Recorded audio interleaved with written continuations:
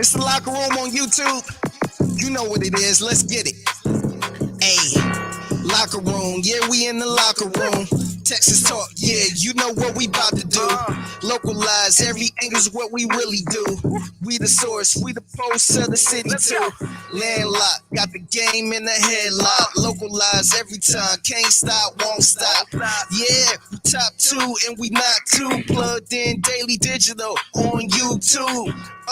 We got taste for days, opinions to give. We got take. Welcome to the Locker Room, number one source for Texans daily digital content. I'm Landry Locker. You can hear me Monday through Friday, 10 to 2 on Sports Radio 610. So, just moved, getting the new studio going. What better company to get this broken in? By the way, the background's going to get a lot better. I got a neon sign. Check this out. I got a neon sign. I even got a controller for the neon sign right here. Straight from China. Don't judge me, folks.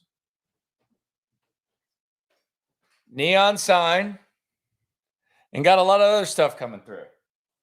Got the JJ jersey getting framed. So it'll get straight. Just move to the burbs. Appreciate everyone for coming through. Subscribe, like, right along. What better company, though, to join me for the first show from the new studio than Cody Stutz and Mike Meltzer. Fellas, how you living? Doing well. I'm in a good mood tonight. Why is that? I'm in a good mood. Why is that? I don't know. I was in a bad mood when I started today, and then things just got better. I can't really explain it. It's almost Friday. That helps. So you're feeling good about Friday Junior. Stutz, how you feeling? Feel great. I'm just glad that Mike's not in a sex dungeon like it looks like he usually is when he's on the videos. So good job. We've gotten better at that. Yeah, good job. Improved. Is that a Diet Mountain Dew, Stutz? Is that? Yeah, of course it's a Diet Mountain Dew. Okay, just making sure. All right. Shout out to Skip Bayless and shout out to Shannon Sharp because apparently they get their bets going with that. Shout out to all the people coming through. Subscribe, like, right along. It's obviously draft night for the NBA, which, by the way, I don't know what ESPN's doing with their product. But good Lord. Take it a little bit serious, please. We're going to have a Texans fantasy draft today. We are each going to draft offensive players, not at the quarterback position. And we are going – the scoring is going to be 1 point for 10 yards of offense and then 6 points per touchdown. And we're gonna have that draft. Cody, you're going to have the first pick in the first round. We'll do that a little bit later on. You're going Dameon Pierce, though, right? That's like a spoiler alert. Yeah, of course I'm going Dameon Pierce. Okay. I don't necessarily think that would have been my first pick, but okay. That's okay. Good Be for my you, guest. Good for you, buddy. So there you go. I want to start talking about CJ Stroud and the drama that has happened. And I use drama in quotes. The drama that's gone on with CJ Stroud. I have 4 pieces of drama that have gone on with CJ Stroud since he's become a Houston Texan. And I want to just like break down each portion. And when I say drama, I mean like most internet dialogue, like that's what I'm saying. He's been drama free, much to the because the drama comes because of the era we live in, social media, etc. But the most dramatic things, the most dramatic storylines, the content that we've been able to develop because of CJ Stroud, starting with number one, the viral clip of CJ Stroud saying that he felt disrespected when Quinn Ewers arrived at Ohio State. I thought that was a pretty interesting one. Dudes, what did you think of that whole storyline with CJ Stroud and the Quinn Ewers drama at Ohio State? I mean, CJ Stroud's like any other kid in the recruiting cycle at a big-time elite university.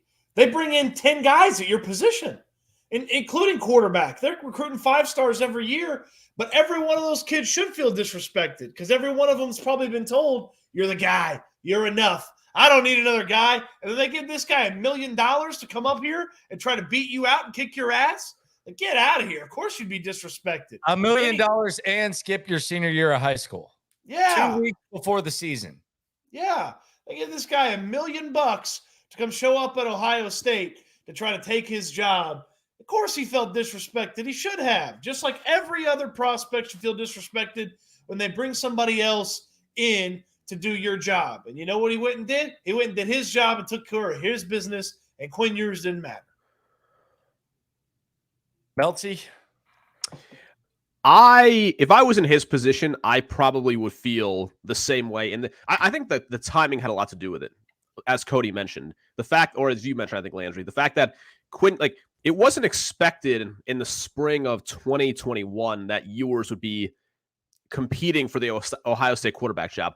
Now, I guess from a Stroud standpoint, like, you can't necessarily feel like you're going to be, have like a red carpet basically like bestowed beneath you to the starting quarterback job at a school like that. Had never thrown a pass.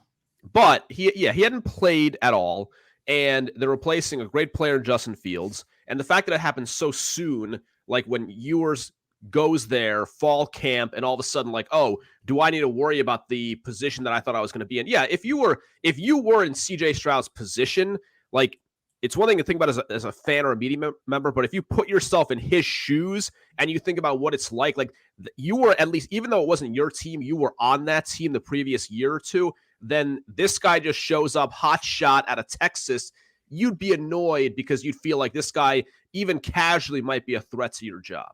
Yeah, I thought it was interesting that, like, I saw that Barstool, and I saw a lot of people said, well, CJ Stroud that doesn't understand how college recruiting works. This was early NIL. This was $1 million to a guy who skipped his senior year of high school, which I don't know that anyone else has skipped their senior year of high school. And it wasn't like it was something that happened where he graduated early and he enrolled and went through the summer process with you. He literally arrived on campus like a couple of weeks before you took your first snap. So you're basically like the downtime that players are going through right now in the NFL. Like, you were going through that in college, and then all of a sudden this dude comes in with the mullet and he's skipping his senior year of high school. I thought that was fabricated drama, if you will. But it was the first piece of, like, and I used the quotes like I did in the title, drama when it came to CJ Stroud. Next one, CJ not speaking to the media. John McClain was pissed off. And then John McClain went on to ask one of the dumbest questions that I've ever heard in the history of first questions asked. What did you think of Travis Scott and Tom Brady? What did y'all make of CJ Stroud being held back, not speaking to the media, babysat? What'd y'all make of that? More of a Texans thing than a Stroud thing, because if he was available, then I'm sure he would have been fine talking to the media. This seemed like, and obviously this offseason has been much better than the last like 3 to 4, but this seemed like kind of a classic Texans overthink about, like, the media is going to want to talk to this guy. Maybe they're going to drum some controversy. He just got in here. It's like the rookie mini camp. Let's hold off and wait until OTAs. It seemed like I don't know if they put him in a bad spot, because that feels like it's exaggerating the situation completely. But that to me was much more on the Texans than it was on CJ Stroud himself. My question would be, do you think they would do this to Bryce Young? And I don't. I think Bryce Young, I think they would have been 100% confident he's ready to go. He's QB1. I don't think they would have done that to Bryce Young. I think it said as much about CJ Stroud as it did the Texans. They made a big mistake not letting him talk as much as they damn could. The guy's a fun time at the microphone. He gives you stuff without giving you too much, and he's got a endearing personality that I don't think you saw a ton of that side from his time at Ohio State. And I like CJ Stroud at the podium, and I disagree with you, Landry. They were going to screw around with this thing with whoever the guy was, because that's the way they do those things. You sure?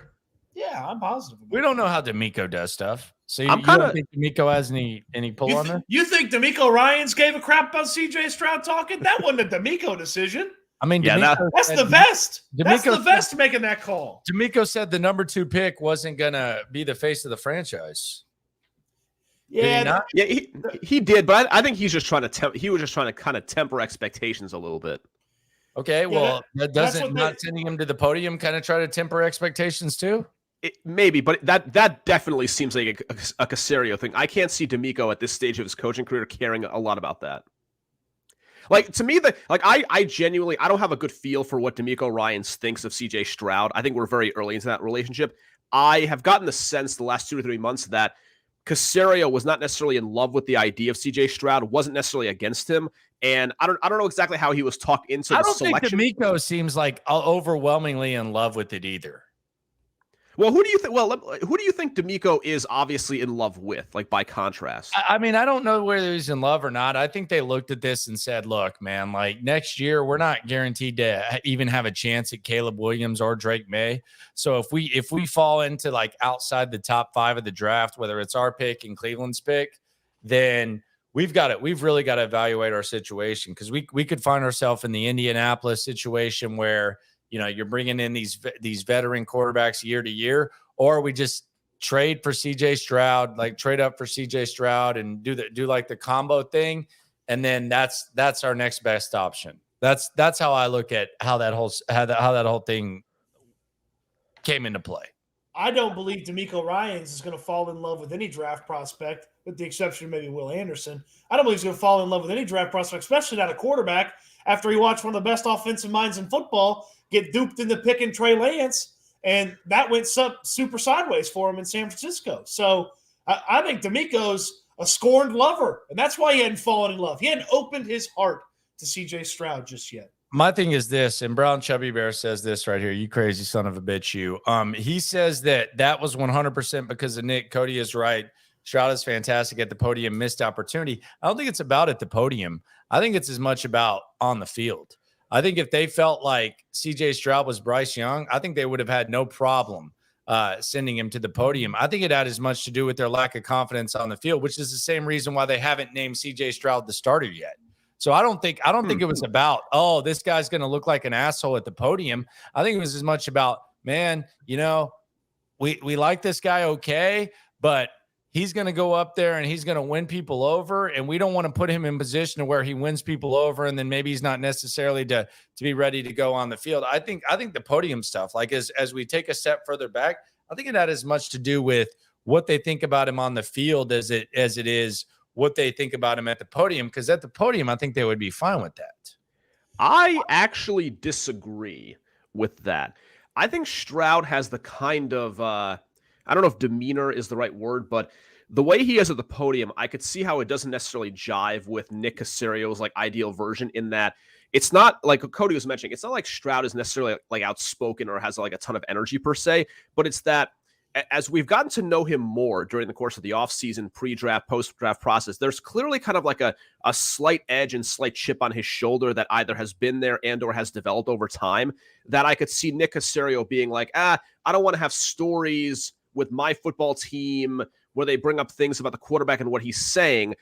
I have not gotten any feel that they lack confidence in CJ Stroud, the football player, the quarterback, the on the field guy. But I could see where off the field at the podium, like he might make some waves in his own way that Caserio doesn't love. It's one of those control the narrative conversations that, hey, we control what goes on, and we don't totally control CJ once he gets behind the microphone. So it's kind of along the lines of what Mike said. It's like, hey, let's just minimize the opportunity for the story that we want to tell to be out of there. And by we, I really do think this is a Caserio-centric thing, because if you, like, again, it's a couple of practices. Like Stroud's better than the other two guys. Like, yeah, there's some mistakes. Yeah, they threw an interception to Eric Murray at the last mandatory minicamp, but a couple plays later, he's putting one in the corner to Dalton Schultz for a touchdown to make up for it. Like, he makes throws Davis Mills can't make consistently. And I mean, the football, I'm not worried about the football. And maybe they look at this like, hey, let's have this fake quarterback competition. Let's let him get an early win taking down Davis, and then we'll really get after things with him once then. All right. Appreciate everyone for coming through. Subscribe, like, right along. Talking about CJ Stroud's biggest storylines, the drama since being drafted. We just talked about not speaking to the media, not getting the first team reps is the next one. Now, we've had Bryce Young being named the first team quarterback immediately. CJ Stroud, not yet. Davis Mills, you've seen DeMeco Ryans. You've heard DeMeco Ryans talk about it as a competition / rotation. I think this has as much to do with the Carolina Panthers as it does the Houston Texans. I don't know many teams that would name a QB1 as quick as Carolina has. And I know that we're going to connect CJ Stroud and we're going to connect Bryce Young. And it's always going to be like, well, he's doing this, but he's not doing that. I think this has as much to do with Frank Reich as anything else, because Frank Reich in the last half decade has been in a veteran tire kicking quarterback thing to where he's probably over that and he wants to just fully commit to the young guy. And I think Carolina obviously traded up and they drafted Bryce Young. So while we're obviously a local show and we're local media personalities, I think this has as much to do with Frank Reich realizing that he's been in the Andy Dalton business for the last 5 years or whatever, 4 years, however long it's been since Andrew Luck retired. And I'm just going to go all in on this rookie quarterback and not even sit here and pretend to myself. Well, it also doesn't leave any room for doubt if there's any veteran on that team that's like, damn, Andy's kind of better, or Andy does this, or Andy does that. And there's no doubt. You get ready for Bryce to be the quarterback, and he's the guy. And I don't believe there's going to be moments of that in Texans camp where Robert Woods is looking around and is like, yeah, Davis does this way better. Or Nico Collins is like, yeah, no, Davis does this way better. Like, there's not going to be moments like that.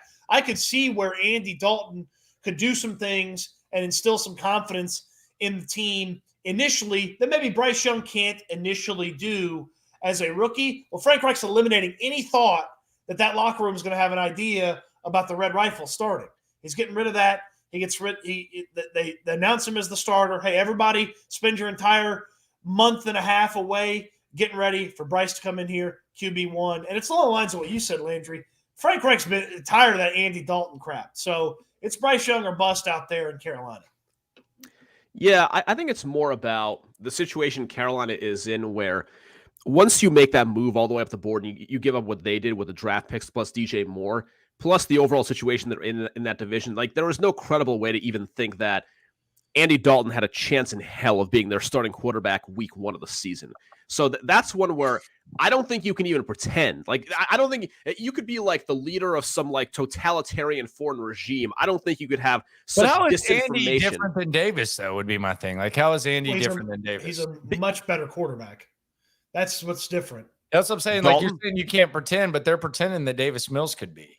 Because technically the Texans didn't trade up for CJ Stroud, and they did, and they made a huge move. That to me is that it's like, it's so now listen, CJ is going to be the starting quarterback week 1. I'd be very surprised if he wasn't, but for them, it is so obviously apparent. It's like if Bryce Young didn't start week 1, I'd be like, what are we doing? Like, what, like, why are you wasting my time with Andy Dalton on my television right now? And the Texans have sort of built this plan for CJ as when they want to accelerate him to that spot. Like the initial explanation and the initial conversation was like, yeah, no, there's a lot of things he needs to learn. He needs to understand how to operate as an NFL quarterback. And like, there's a big difference. There's a big difference from Ohio State running the offense and then running in there on a Shanahan style offense, calling out the play, all those different things. I'm sure Davis Mills said, yeah, it's the first time he's actually called a huddle.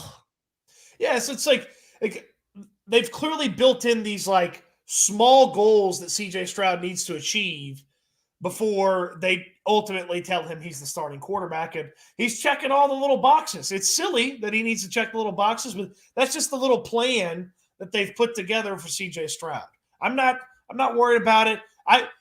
If he is splitting first team reps in the first couple of days of training camp, I'm not worried about it. But if they're wasting first team reps in joint practices and padded practices on Davis Mills, then that's a bad deal. But I'm not worried about a couple of reps here or there in mini camps and OTAs and stuff like that. But by the time the Dolphins and the Saints are on the other side of the field, it better be CJ Stroud with the ones. But you're sure that CJ Stroud's better than Davis Mills right now? Because I think you can make like the case is obvious that it pays off more in like the chess play to start CJ Stroud, but you think that CJ Stroud is better right now, like at the moment?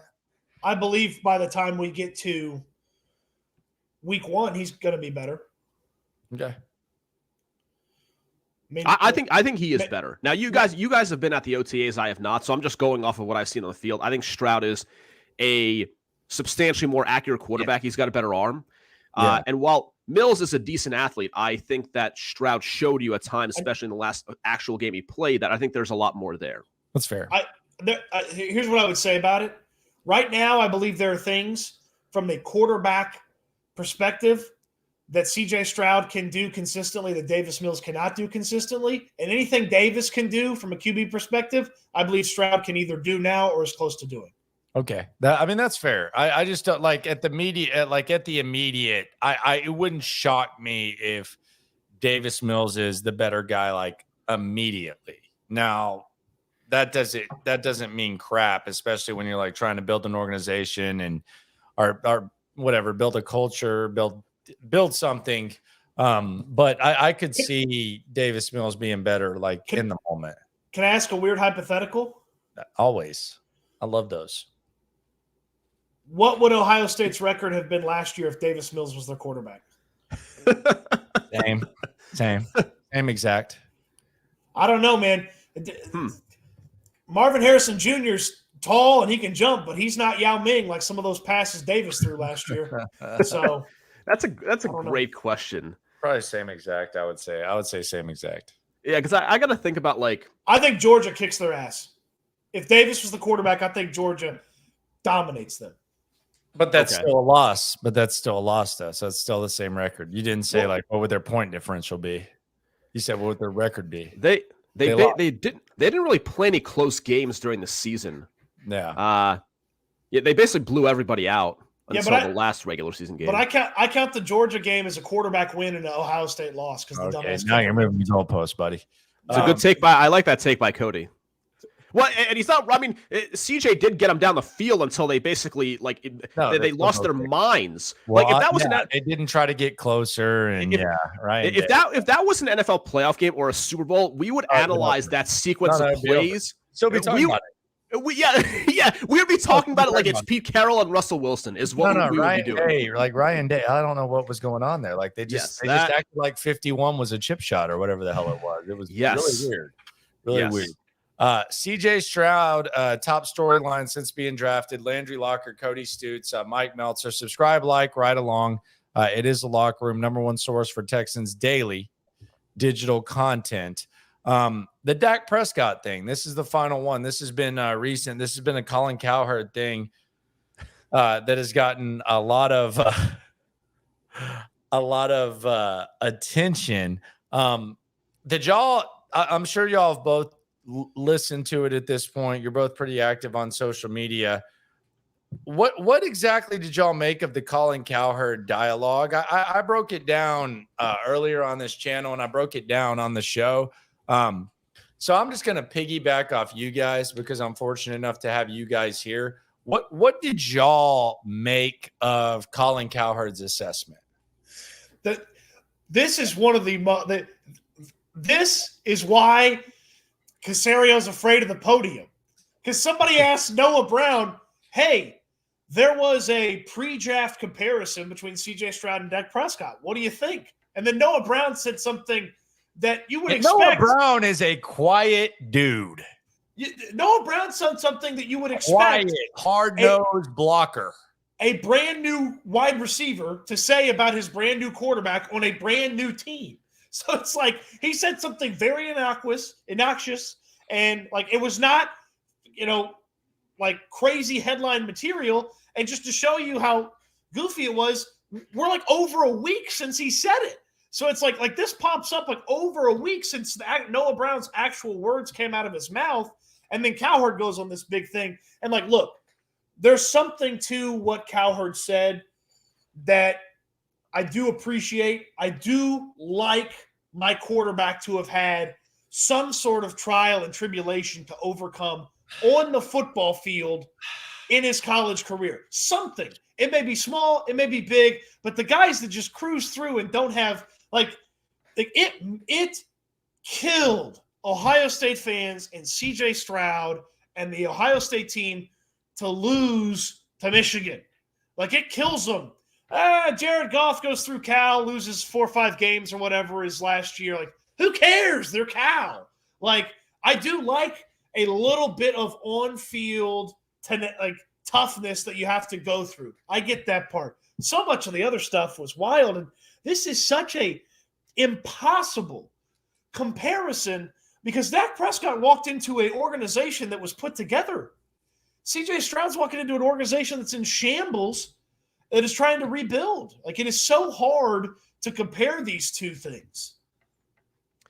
I think that these are two players like this is sort of teed up for Cowherd because he's going to take one thing which like Pro Football Talk wrote about, everybody else picked up on, where they're obviously doing what you guys know and what the audience knows, which is we're picking like a certain part of the Noah Brown soundbite and we're making it seem like Noah Brown had a radio show and he had like a monologue about how like, hey guys, I played with CJ for a couple of OTAs. I think he can beat Dak Prescott.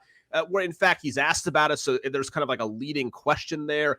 And then I'm just looking at this, like what Noah Brown said. They're both great quarterbacks. That's false. Great arm talent. False in the case of Dak. I don't view these players as similar at all. And so it makes it hard for me to like fully evaluate Cowherd's opinion on it because I just keep fixating on this idea that like I look at Dak Prescott and I think Dak Prescott, super high character guy, plays all the time, had a decorated college career at a school that doesn't have a lot of like natural resources, which is the complete opposite of CJ Stroud. I look at Dak the player and I'm like, I think as far as talent, I think he's fine. I think it's like average, maybe a little above average. Doesn't have an especially strong arm, not especially like accurate, but he's pretty good. He works extremely hard. He's a good leader. That to me is not the same kind of prospect that Stroud is coming out of Ohio State. Stroud is the guy. It's like, hey, this guy is really accurate. Like no matter what people say about CJ, plus or minus, he is a very accurate quarterback. He played a lot. He played with a ton of talented guys. Like that was probably a criticism. It is a criticism of CJ coming out of Ohio State, whereas you could never have that coming out of Dak. And then you look at their NFL situations, and I don't know if it's like polar opposites, but it's pretty opposite. Like, I mean, Dak walks in and it's like, hey, here's a Ferrari. Except I don't even know if that's the comparison because it's like a very cushy situation that he was in, that he didn't have to be the engine of that football team back in, 2015, 2016, whatever it was. So I think the comparison is like, it is so fatally flawed that I have a really hard time advancing past it. And here's the other thing, like the actual like layout of Dak's situation, I think it's even more misleading because Cowherd says how great the situation was. It was, but you also had a top 5 pick because Tony Romo got hurt. So you were not like he said you slid and you were a 4th round pick, so you fell into a good situation. You were also a 4th round pick that fell into a team Cowboys had no business if Tony Romo hadn't gotten hurt, even drafted in the top 5. So they got to draft the best running back prospect, Zeke Elliott, to put behind that offensive line in 2016. So it's kind of misleading there. My thing is this though, like with Colin, I think he makes a good case. Like if you want to talk about the system at Ohio State, I think it's fair because we don't know what Justin Fields is going to be. Dwayne Haskins obviously didn't work out as a 1st round pick. So the system, that's fair. The talent, that's fair. You can push back and say there are exceptions that have had that type of talent around them, and they've thrived. I'll look at Joe Burrow, who left Ohio State to go to LSU. He threw to Chase. He threw to Jefferson. He had Clyde Edwards-Helaire. He had Marshall. So yeah, there's those types of, like, there's exceptions to everything. It's not like a rule. Like, you don't have to go through some type of adversity. The other thing is this, and I thought Colin would really be, like, into this. And I don't expect Colin to, like, really, like, get into this, but, like, as far as like the pressure of being a quarterback and the adversity and stuff, like I would argue that being at Ohio State, it's more pressure than being an NFL quarterback at times, because I'm sure there were times where CJ Stroud would win a game by 2 touchdowns and Ohio State fans and media would act like they fucking sucked. So like there's like that extra pressure that comes with that Dak Prescott didn't have to deal with, that I think Colin kind of ignores and doesn't take into account. But he is right. Like maybe the system is different, but I will say this, Patrick Mahomes, air raid quarterbacks. I'm sure when the Bears were evaluating Mitchell Trubisky, they probably said, oh, that system, no one's never done anything out of that. When Aaron Rodgers fell into the 20s, I'm sure there was like a Jeff Tedford quarterbacks, man. You can't really trust those guys. So until there's an exception, there's always going to be that type of thing. And I also don't think there has to be like some sort of adversity where, this guy went through so much, so he's a good quarterback. Yeah. Like Peyton Manning didn't go through a damn thing. Eli didn't go through anything.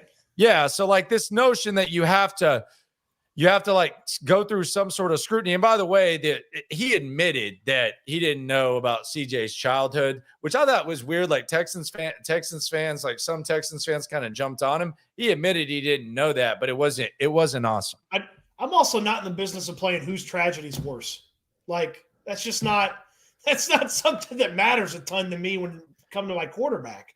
Like I'm not, look, I know they got through it because they're NFL quarterbacks now. That's how I know they built, they had a great support system around them, their family and friends and coaches and teammates because they're where they are now. Because if it was that big of a deal, they wouldn't have kept going. They wouldn't have made it.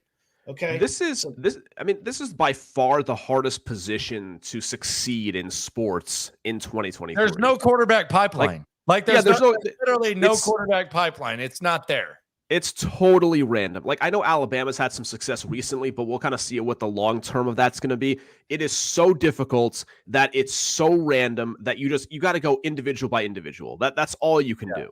100%. And the other thing is this, and Brown Chubby Bear says this, and this is the one thing that I thought was weird with some things. He said it was lazy to assume that CJ won't stack up to Dak because he went to Ohio State. I don't like when people use the word lazy when talking about takes. And I told this to me too. Like just acknowledge the take, because Brown Chubby Bear, you're always going to go Texans. Like no matter what, that's as lazy as it gets. So like, and like, so like, just acknowledge, like, I can promise you that Colin Cowherd does more preparation for his show than I do, than anyone does. And I do a lot, but like, maybe, I don't know, but whatever. But you sure Colin walks in and 20 people have already done the work for him. I don't know, but I'm just saying like that, like to say that the word lazy to me, like is, I just acknowledge the take. Like if you think it's lazy, I don't know. Like there is substance to like the Ohio State quarterback thing. If you think it's like, just acknowledge it. Like I saw a friend of the show. I'll even say this with Cole Thompson. Cole Thompson said something and he got like some approval, I think from probably like some Texans fans. He said something like, I don't even remember. And congrats to Cole on the wedding and stuff. But he said something like, research equals A+ content. I don't know if that's necessarily true. I know that you're putting out better content than Colin. A lot of time you kind of get lost in the research, quite honestly. I'm not trying to be a jerk or anything, but like, let's not say lazy, just like acknowledge and address the actual take, because when Brown Chubby Bear says lazy, you're going to go pro Texans no matter what. Like, so let's not say lazy to one of the radio quotes. I mean, generalizations, yes. And 11 Bravo says lazy generalizing. Yes, I hate generalizations. Then just say it's a generalization, but it's not lazy. Like let's be serious. What is a hardworking take? That's what I've always wondered. I don't know what a hardworking take is. I just don't know what lazy means. Like I don't know what it means. Lazy take. That's usually just like dismissing the take. That's basically the same as saying that's stupid, but trying to sound like crazy. Like, dude, like, come on. I actually have an example of a hard take.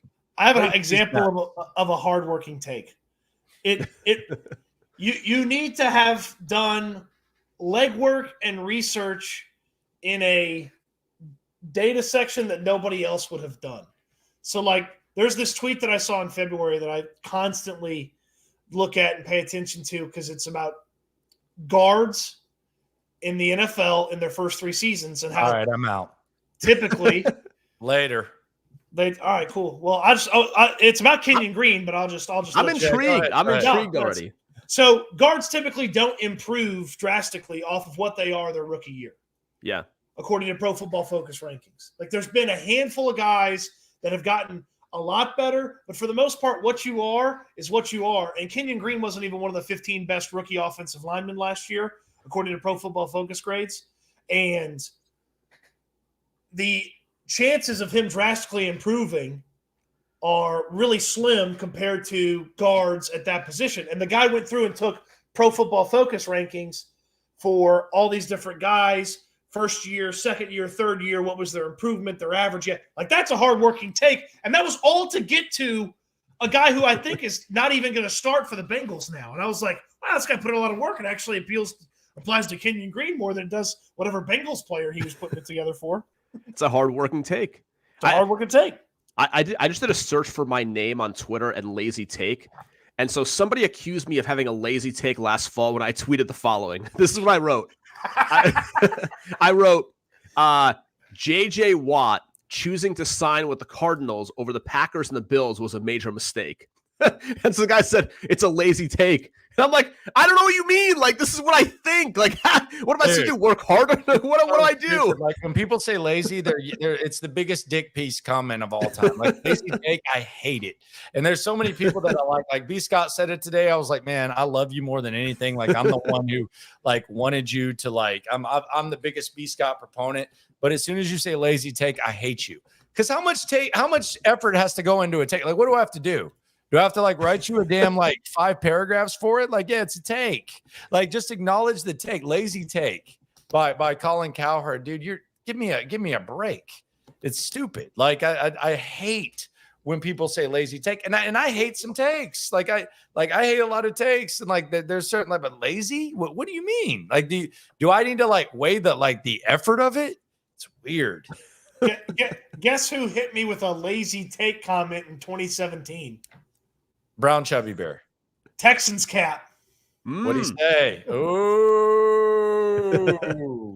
I said that I guess I said the receivers just aren't getting open, and he said, well, if you look at the tape, you might think differently. Oh, he went look at the tape. and then he went that it was a lazy take. Wow. Oh my gosh. The 2017 receiving core. The lazy thing. It's just I don't mind like disagreeing with takes. I just don't like the generalization. I don't like the lazy take. Like, it's a lazy take because of what? And I mean, like the whole thing with Colin is, I mean, I know Dak and CJ might not like be proportional, but I do think if CJ gets to the tier of Dak, I think you're in good shape, you know, that fringe top 10 type of guy. I think that's more the comparison. That's what I was thinking about. Like, if I gave you Dak Prescott's career and gave it to Stroud, is that something you would take right now, or would you roll the dice? I had that as a segment today. I know you were doing legal stuff. I said, would you trade the unknown of CJ Stroud right now for 7 years from now? We're talking about CJ Stroud with the same stats as Dak, and me and Lopez both agreed. Absolutely. Figgy too. Wow. I'd be very excited to see where the organization is set to take him at that point, because Dak's at that point in his career, and they're giving him Mike McCarthy to run the offense, and it's like, that's not great. Like, imagine if Dak had Sean McVay. Like, we'd be very excited about what Dak and the Cowboys offense could put together. Instead, he's got Mike McCarthy, and we're all worried that Mike McCarthy's going to hand the ball off twice as much as they did last year. The other thing is, like, is it better to have a Jared Goff who shows you enough to where you punt on him before 5 years instead of giving the contract, or is it better to have like a Dak who's right there on that 10-12 and will kind of tease you? I don't know. I mean, I guess it's better to have the Dak, but I would take that and just roll the dice on. It's kind of like the mediocre treadmill, though, where you're like an NBA team who's like an 8 or 6 seed for 5-6 years. Yeah, you could argue it. Like the significant quarterback, which I mean, but it doesn't come around ever so often.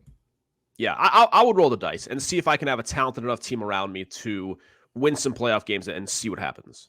Yeah, the tough part about comparing Stroud to Goff or to Stroud to Dak's thing got weird because of the contract. Yes. It got really weird really fast with the contract, and it sort of limited some of the Cowboys' maneuverability in a couple of off seasons. And that was their fault. And then the Goff thing got strange because they got to the Super Bowl And then he got this totally 1 year early unnecessary contract that they didn't have to give him, and then they had to move off of it a couple of years later. It's like, yeah, I think, but like Stroud's not going to be in either of those situations. Like they would be more likely to move on from him in his rookie deal than him be in either of those situations. I think Goff is a hard player to evaluate because it's like he was a disaster in his first year. Then he was very good to the point, and I know that's obviously inflated by McVay, but like, Goff won the NFC Championship game on the road at the Superdome where he had to lead that team down the field a couple of times, which is usually like the biggest test for a quarterback. And then he like regresses completely to where they move off of him. And then all of a sudden he has a really good season in Detroit of all places. So he's just had such an up and down career that it's hard to really compare to a lot of other quarterbacks at this level. The one thing though, like if you want to like look at it favorable, and I don't know if you look at Goff as a good thing or a bad thing. I don't look at it as a bad thing. Is you talk about, and even what Colin said was the offensive line and being coached by McVay. And I guess it kind of comes down to Slowick, and it comes down to how Nick Caserio like effectively evaluated the interior offensive line. But I actually think you could potentially have those two things kind of in your favor. And I don't like the other thing about Colin is, look, if you do a national show and you do Meltzy, like yes. I don't expect you to know about the freaking Texans offensive line. I don't expect you to know about like all this, like these Texans nuances until they earn it. Like the Giants have kind of earned it now because they had that overachieving season last year, and the Lions have kind of earned it because they did the same thing. But I do think if you're just talking about those two things and you're looking at those as a reason for why Goff was the O-line and the coaching, there's at least optimism for that with the Texans. I would say maybe. No? I agree. I don't like this offensive line as much as I thought I was going to. Oh wow! You don't like Kenyon Green, huh? Well, that was a bad pick. I could already tell you that. I would agree with that. I would agree. That's a plug and play position. That's not we'll see what happens position. Caserio got outmaneuvered by the Lions because he wanted Jameson Williams. Yep. And didn't he outmaneuver himself? No, the Lions jumped up one pick before them, and then they moved back. Yeah, a couple of picks. But they could have picked two guys there who everybody liked. Yeah, but I don't like Jordan Davis for what they're ultimately getting ready to put together here in Houston. Jordan Davis would have been nice for Lovey. Okay. But I ain't trying to run Lovey Smith's defense anymore in Houston. You like Hamilton? I would have liked Petrie and Karlaftis more than Hamilton and something else in the second. Do you like Linderbaum? Caserio. Oh my God. Caserio casually mentioned in the post-draft process that they had another offer to move down, and he just threw out the number 20. And I was like, oh my God, they could have moved down one more time and they could have got Linderbaum. And it's like, how is that? How hard is this? You could have moved down one more time, got an extra pick, and got Linderbaum. God, and the thing about Linderbaum is like everybody knew he was God's gift to sinners. Like we talked about this we talked about this like 15 months ago. It was like, do you draft this guy in the top 10? You draft him in 15? You draft him 20? Yes. You're going to fall the first round because of positional value? Like, it was very obvious that Linderbaum was like God's gift to sinners. Man, so we've given up on that 11 o'clock Iowa game. I've never seen a center get so much like play than Tyler Linderbaum. Like, you were literally watching like a 3-hour feature on a damn center. So we're that down on Kenyon Green? Yes, I gave you this Pro Football Focus thing. I know. I'm intrigued by the Pro Football Focus. It's just that he should have been plug and play. Yeah, he should have been plug and play. For me, like I didn't even give that consideration last year. The other two guards that were in the first were way better too. Like that hurts him as well. Fair. Like the kid for the Chargers from Boston College, and even the guy that was supposed to be a 3rd round pick was way better. Cole Strange. Yeah. He didn't wear gloves. I thought the Patriots got way too much criticism of that pick, and I hadn't even watched that guy play. You want to talk about lazy takes? Like, I had never watched the guy play, and I'm like, how are all these people so critical of the Patriots? Like, I'm sure they saw something in this guy. Yeah, I like at this point, it's almost to the point where I can, like, when Cody comes out and says that was a bad pick. I kind of like, I find myself, because of the way we've been talking about it, I find myself saying, well, that's harsh. But then I take a step back and I say, what am I expecting from Kenyon Green? I'm expecting him to look like a functioning starting left guard. Like, I'm not even expecting him to be like great, which is what you expect from like a top 50.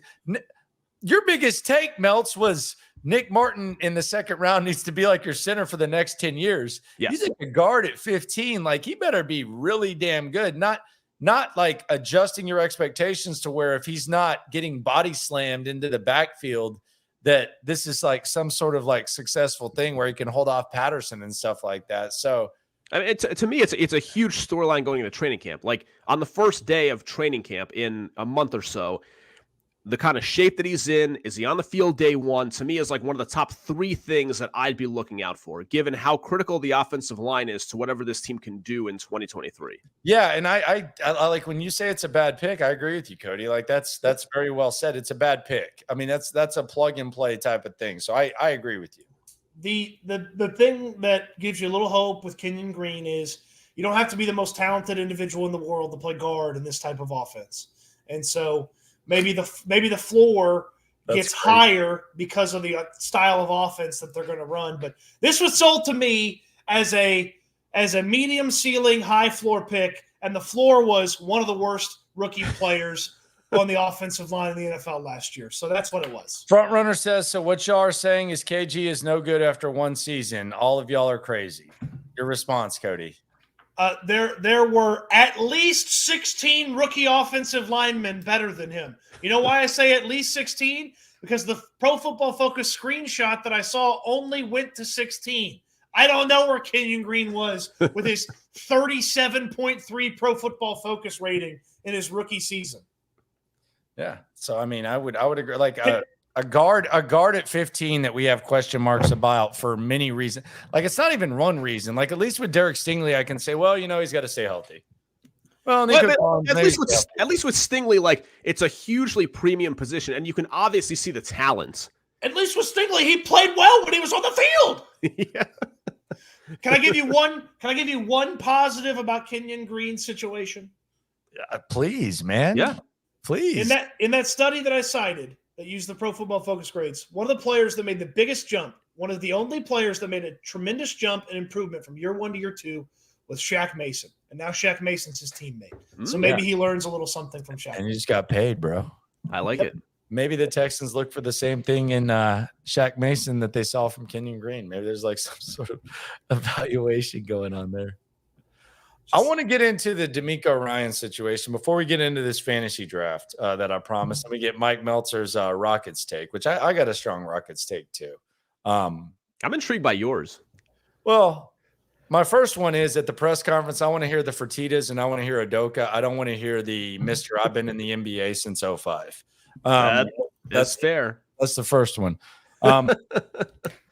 What are the negatives? Because at the DeMeco Ryans hiring process, there was a portion of fans. Shout out to the fans. Again, subscribe, like, right along. Appreciate you all for coming through. But there were a portion of the fans that said, I don't want to hire DeMeco Ryans because I want a offensive-minded coach. What are the negatives of a defensive coach? Like, why is that such a thing? And I heard Colin mention it the other day, and Colin is driving content. That's what he does. He's got the big brand, and quite frankly, a lot of people said it. What are the negatives of a defensive coach? I'll start with you, Meltzy. So the offensive coordinator thing is obviously something. Like, I know McDermott's been fine, and others have as well, but if you have a successful offense, you're typically going to lose your coordinator, and you constantly have to have a pipeline going. I think sometimes a defensive-minded coach can be a little bit more conservative when it comes to just overall philosophy and in-game decisions, where I think nowadays on the cutting edge of football, it's better to be more aggressive rather than less aggressive.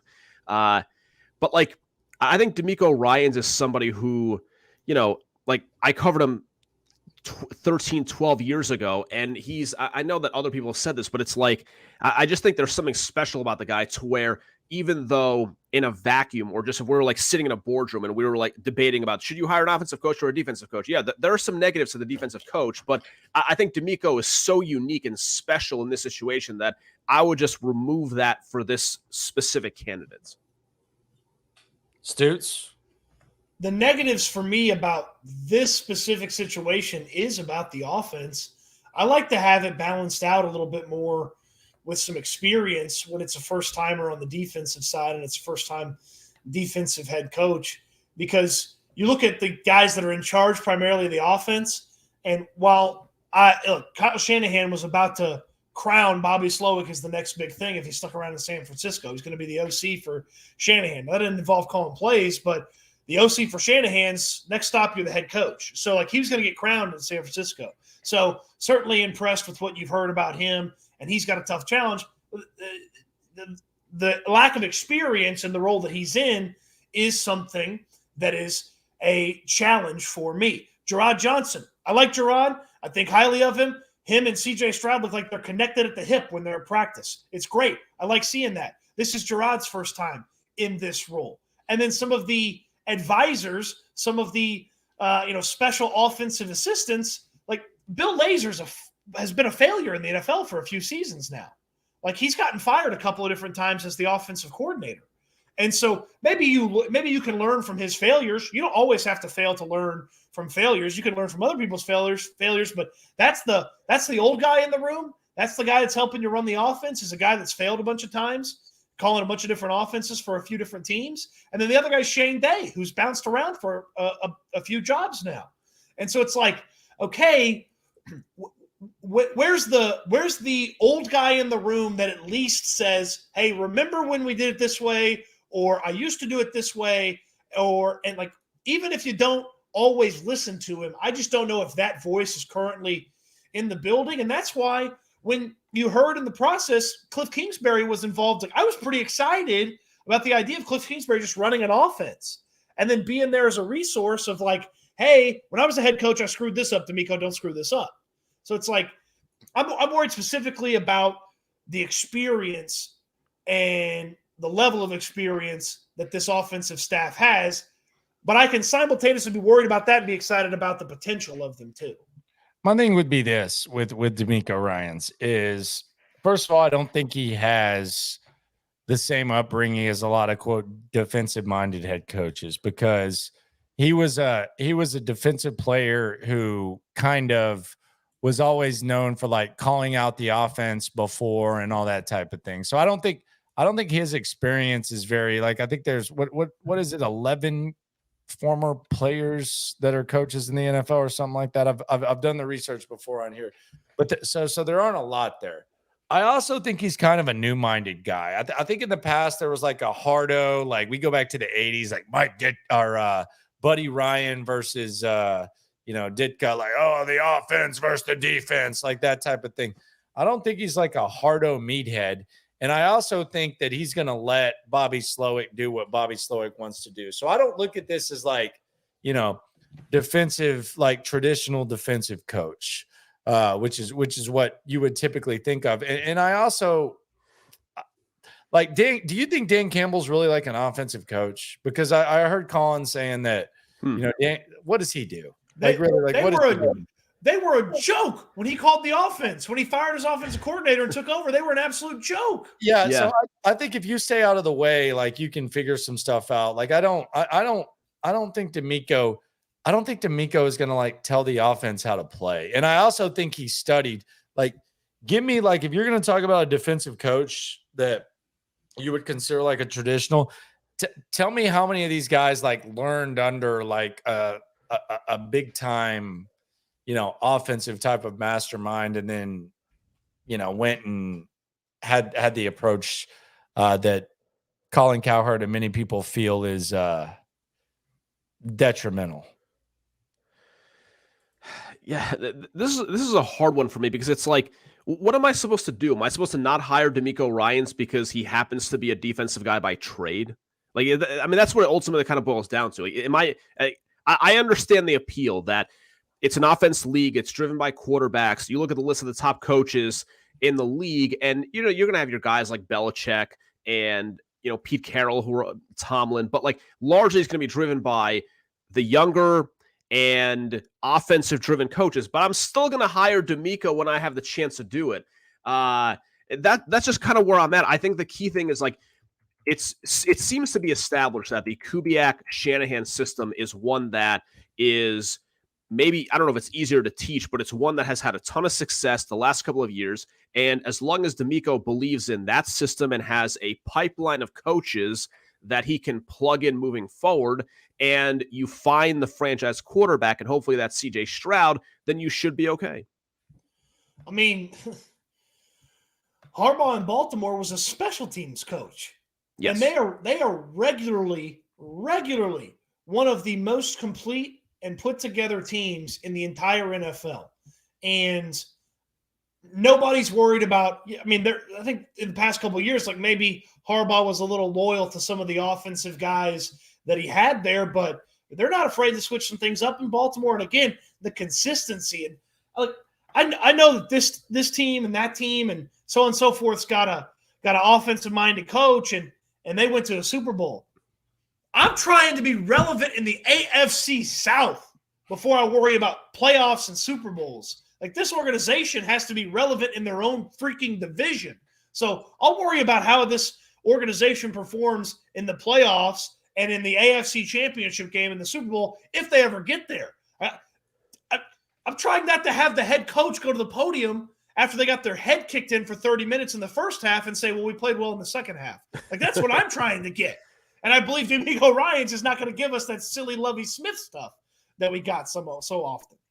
No doubt. It's going to be real interesting. By the way, my dog's acting a fool, so not used to the new studio, so I had to check that out. Couple of comments. I got a two-piece combo from here, and this is a rotten two-piece combo. This is like when you drive through a chicken joint at about 9:57, and they're about to close at 10, and all they got is like nasty ass like breasts that have been up there for a while with no meat on the bone, and they're out of mashed potatoes. They only got like soggy ass fries and nasty ass biscuits. That's the kind of two-piece combo this is. This is from OO, who listens quite often, but good God, OO, like what are you doing with your life, man? You might need to figure something else out to do than come in here. He said, can we all wait until the season starts before you get too much on yourself, please? What does that mean? Nobody knows what the team will look like until the games are played. Okay. We'll see on September 15th. What the hell are you doing here then? Like, if you're just like, I just want to see how the games go, then what the hell are you doing here, weirdo? This is like a vegetarian going to a steakhouse and like saying that, it's barbaric to eat meat. No. Like, what are you doing, weirdo? But what are you saying right now? Bro, this is a vegan stepping into a slaughterhouse. Like, it is June. It is June 22nd. They will not play real football for 2 months and 3 weeks. Weirdo. What happens? We don't know what's going on. Oh my God! I am out of here, then. I am here, homie. I am fascinated by any human. Yeah, you're right. We don't know a damn thing. Thanks for the rocket science. I'm fascinated by any human being. You know what? Blue Boy co-signed it. Blue Boy, you're getting a 5-minute timeout, man. Put user in timeout. You're in timeout for co-signing that stupidity. I'm fascinated by any human being, and I've met some of these people that just literally says, yeah, no, when the season's over, I'd stop paying attention, and when the season starts again, that's when I show up. I'm like, well, that's great, but don't come in the locker room in frickin' June and say, oh, we'll see what's going on. Now, 11 Bevo, that's a lazy take. That is a lazy take. 11 Bevo, you are 100% correct. I think I figured out what people actually mean when they say lazy take. I think they mean basic take. Like I think they try to equate lazy with basic. It's two different adjectives. Like when you say lazy, it's basic can be okay. Lazy has a real negative connotation to it in almost any context. That's how you know Mike hasn't dated a woman under the age of 30 in a long time. They doesn't think basic has any negative connotation. That's almost as bad as, why don't you coach the team? You think you're so good. Why don't you coach the team? Yeah, those are really the worst. Here's what why don't you go coach the team? I could have been a better general manager than Bill O'Brien and Jack Easterby. I'll tell you that. I'll go to my grave believing that. No doubt. No doubt. All right, so let's do a little bit of a fantasy draft. Yes. Here are the rules. We are each going to pick 4 players. We're going to go in alphabetical order. Cody, you get to pick first, and then I get to pick first in the second round, and then Melt's in the third, and then you get to pick again in the fourth. We are each going to pick 4 Texans offensive players for the 2023 season, and cannot be a quarterback. The scoring system is very simple. 6 points for a touchdown, 1 point for a reception, 1 point for every 10 yards of offense. You do not have to have a certain amount of positions. It does not have to be that. So we will go in order, and Cody Stutes, you will start off the draft. And I'm assuming that you are going to pick Dameon Pierce with the first pick. With the first pick of the 2023 Locker Room Texans Fantasy Draft, Team Stutes selects Dameon Pierce, running back for the Texans offense. With the second pick in the 2023 Locker Room 4-player fantasy draft, Landry Locker selects Devin Singletary. Ooh. Wow. Houston. All Texans. right. PPR, Well, baby. PPR, maybe a little sneak touchdown, little offense. Got to go with it. I got to assume that Meltz might be leaning tight end here. That's right. I'm going to be like the Rockets in 2022. I'm just going to sit back and I'm going to take a player I didn't expect to be on the board. We're going to take Dalton Schultz, tight end. I got the I got the point per reception. I got touchdowns, possibly big red zone target. He might be like their number 1 red zone target. I'm picking Dalton Schultz. All right, so I have the first pick in the next round. Cody has Pierce. I have Singletary. Meltz has Schultz. A little bit of buyer's remorse, perhaps, for me. I am going to take, because it is PPR, because there is like the touchdown factor, I am going to take Robert Woods. I feel like there's more upside now. I felt like there was more upside with Nico Collins. This is where you had to go. I don't know if he can stay healthy. I feel like Robert Woods is going to get the dump down reception. So I had to go with Robert Woods. Meltzy, you are now on the clock. Oh, I'm next. Okay. All right. Now I'm feeling even better about things. Okay. Well, I think in this situation, clearly, I know there's a lot of hopium being passed around, especially during the OTAs, but I'm going to bank on Nico Collins possibly staying healthy. And if he does, there's a real chance he could lead this team in receptions. So thus, I'll take Nico Collins in year 3. I was hoping Nico would fall to me. This is rough. See, this is where it gets tougher. This is where there's no more guarantees. Like, I know Singletary is going to get the ball. I know Pierce is going to get the ball. I know Dalton Schultz is going to get the ball. I know Woods and Collins are getting the ball. There's no more guarantees anymore. But I'm going to bet on a guy that had a really impressive college season, and the general manager believed in him, traded up for him. He just didn't play in the NFL last year. Give me John Mechie. Interesting. Give me John Mechie. Inside, outside versatility. Give me John Mechie. All right, so now we're in round 3. So who has the first pick in this round? Yeah. You do. I do? Do I have it? Why is Landry on this? What is this? The Blair Witch Project? What is going on? I'm just gonna. All right. So just to be clear, Cody. So I've got the pick here. I've got the pick. Okay. All right. In this case, I'm picking 3 players. I'm picking 3 players who I each did not expect to be. Yeah, we got you. We got you. My this power guy went out, man. Look at this. Wow. No way. Power went out. Wow. Power went out with the Robert Woods. I almost felt like I set the lights off. That's crazy. Legit is. Look, the power's out and everything. Oh man. That legit happened. All right. So Did you pick Woods? Who'd you take? Who'd you take after Melty? Well, Cody went after, and he took John Mechie. All right. So Cody took Mechie. Then what? So is it my pick now, Landry? The top of the third round. Top of the third. Top of the third. Okay. I don't want to pick somebody if it's not my pick, but I believe it is my pick. So All right, I'm going to go. So who went after Woods? Who went after Woods?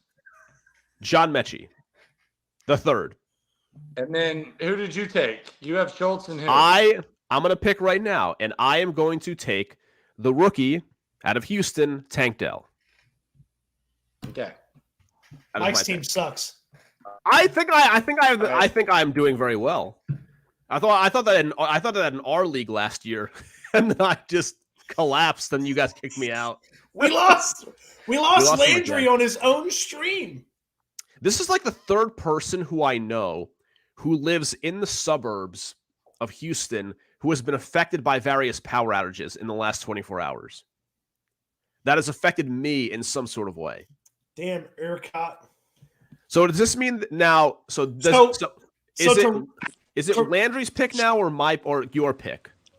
It's Landry's pick, right? It's the top. Yeah, no, it's Landry's pick. Yeah, it's Landry's pick. Okay, Landry, I picked Tank Dell. You're next.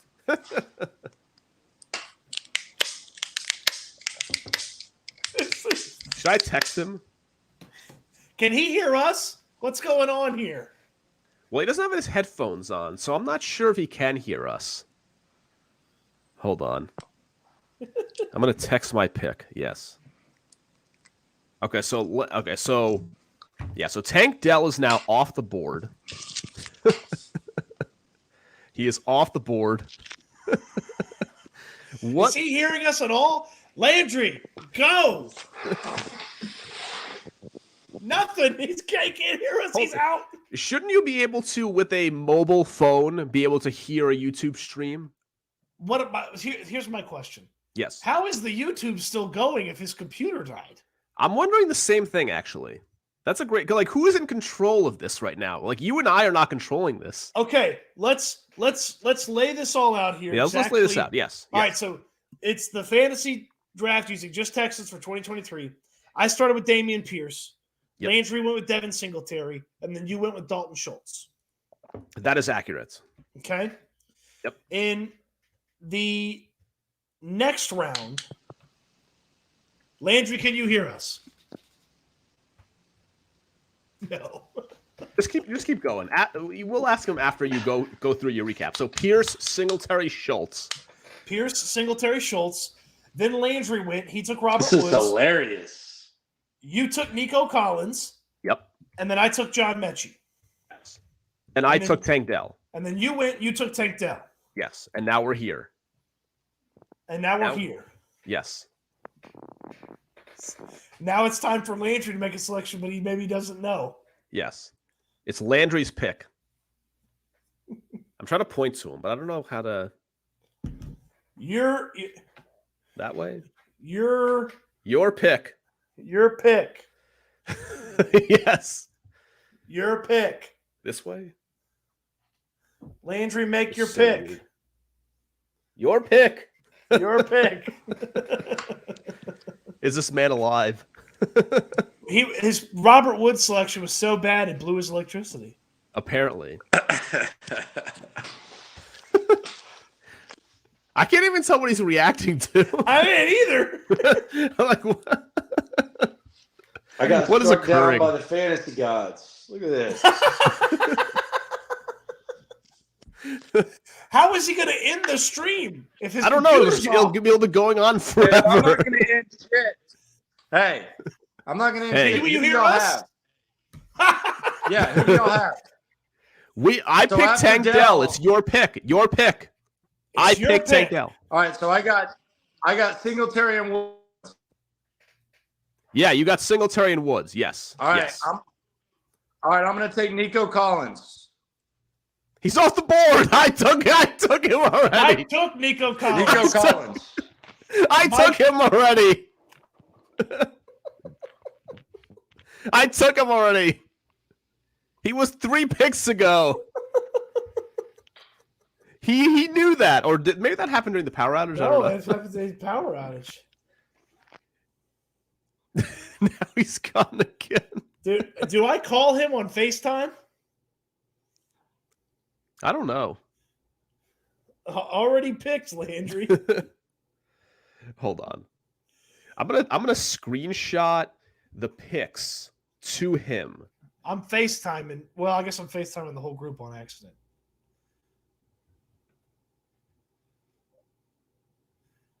Yeah. All right, so here's the draft right now. You're up. Okay? You're up. Mike has Dalton Schultz. How the hell is my whole power going to go out in the neighborhood? Look at this. I don't know. How is that one light still on? Is it battery? Yeah, it's a battery. Okay. Mike has Schultz, Nico, and Tank. I have Pierce and Mechie. You're up. All right, so I got Singletary and Woods. Yes, and you're up.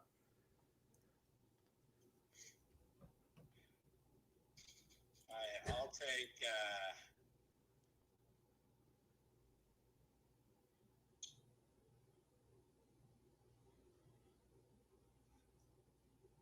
God, this is gonna suck. The suspense. Come on, Landry.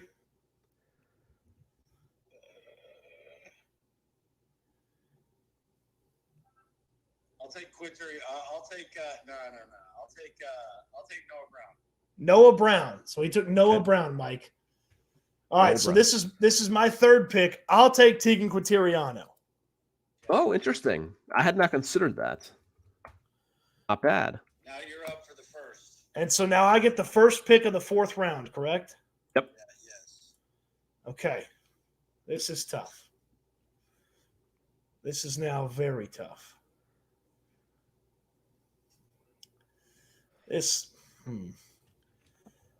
I'll take Andrew Beck. What the? Okay, you're going TD here.